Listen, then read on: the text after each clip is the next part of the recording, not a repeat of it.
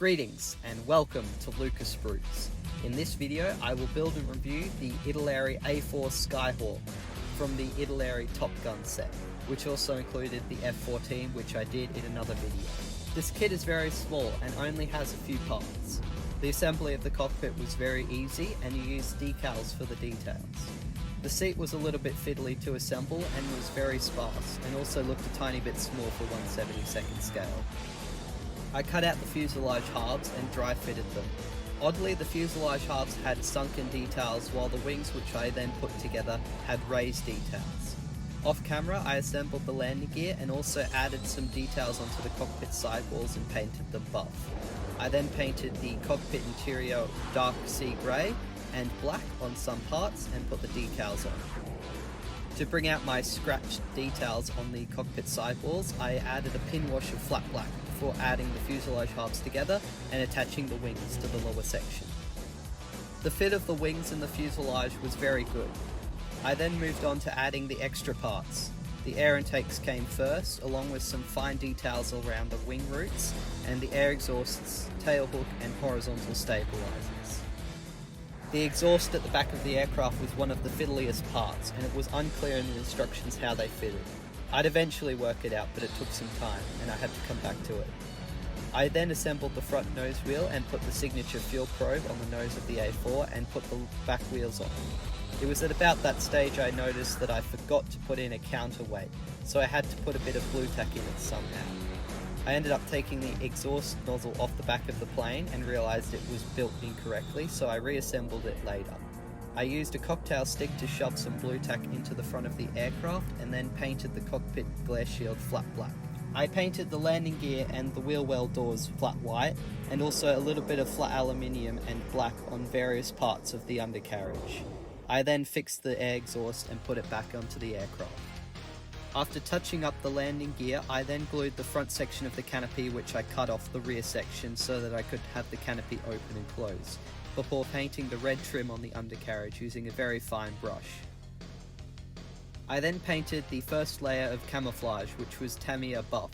I applied it over most of the aircraft except for a middle section in two coats that were watered down and in the direction of the airflow to create a nice uniform surface.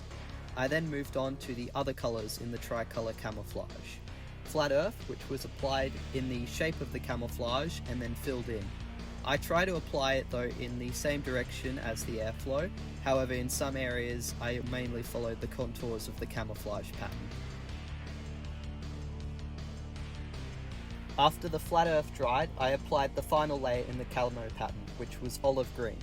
I used the same technique of outlining the shape of the camouflage and then filling the area in, trying to use the same direction for my brush strokes.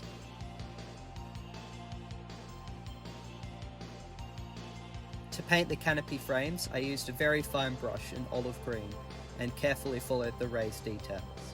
After that, I painted a second coat of flat earth, and that was followed by a second coat of olive green to finalise the colours. I followed the same technique as with the first layer so that I could get a nice uniform finish and also neaten up the previous camouflage patterns. With the final layer of the camouflage completed, I neatened up the landing gear by painting flat white, and also I added the tyres, the black tip on the nose, and the markings on the tail hook using flat black. The exhaust and fuel probe were painted flat aluminium before moving on to the decals. All of the decals were pretty easy to apply and had some nice details. I simply put them in water for a bit and then slide them onto the model, dabbing a little bit of water where I want to apply them to help move them around, and then using a fine brush for corrections. After the decals were all applied, I dabbed some Tamiya decal adhesive onto all the decals to help them soften and conform to the surfaces of the model. I didn't do too much weathering on the A4 once the decals dried. I simply applied a wash of flat black onto the control surfaces, the fuel probe, the exhaust and wing access ports and undercarriage to highlight details and provide some dirt and oil effects. I then achieved streaking by brushing the black with a cotton tip as it dried.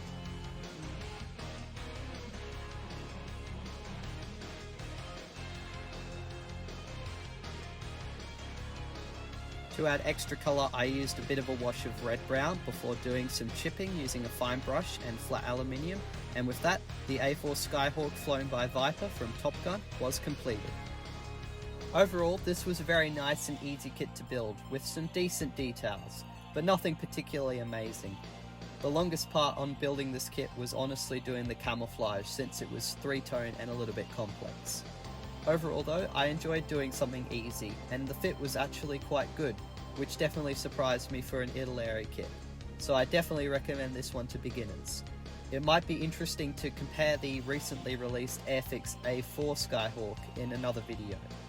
But thank you very much for watching this one, and a special shout out to our patrons, Archie Palmer, Emo, J&K Jones, and Joan Moss.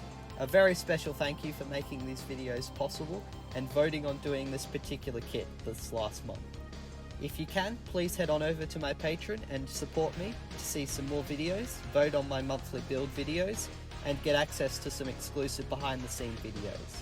Thanks again for watching, and model on!